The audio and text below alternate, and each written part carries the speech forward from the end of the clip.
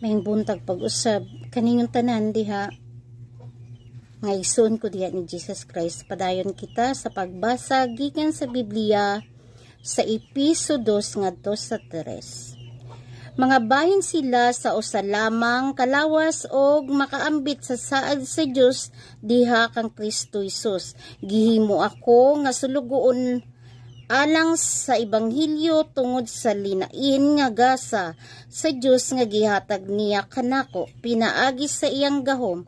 Ako nga labing ubos sa tanang katawhan sa Dios. Gihatagan sa Dios ni ining pribilehiyo sa pagsangyaw sa maayong balita mahitungod sa dili masukod nga bahandi ni Kristo ngadto sa mga dili Hudiyo ug sa pagpakita sa tanang tao sa tinagong laraw sa Dios. So kitang tanan ay mga igsoon ko diha ni Jesus Christ. Makaambit di ay kita sa saad sa Dios pinaagi kang Jesus Christ.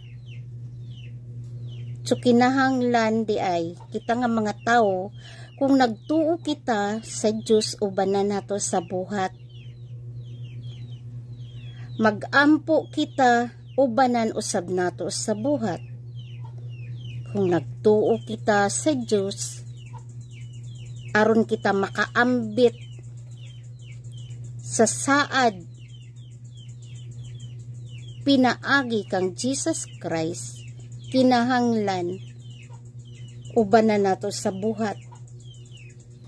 Magsimba kita, magampo kita kanunay, sundo nato ang sugo sa Diyos Amahan sa langit, walaon ang kaligot-gut sa kasing-kasing, dili manghitason, dili garboso, dili garbosa,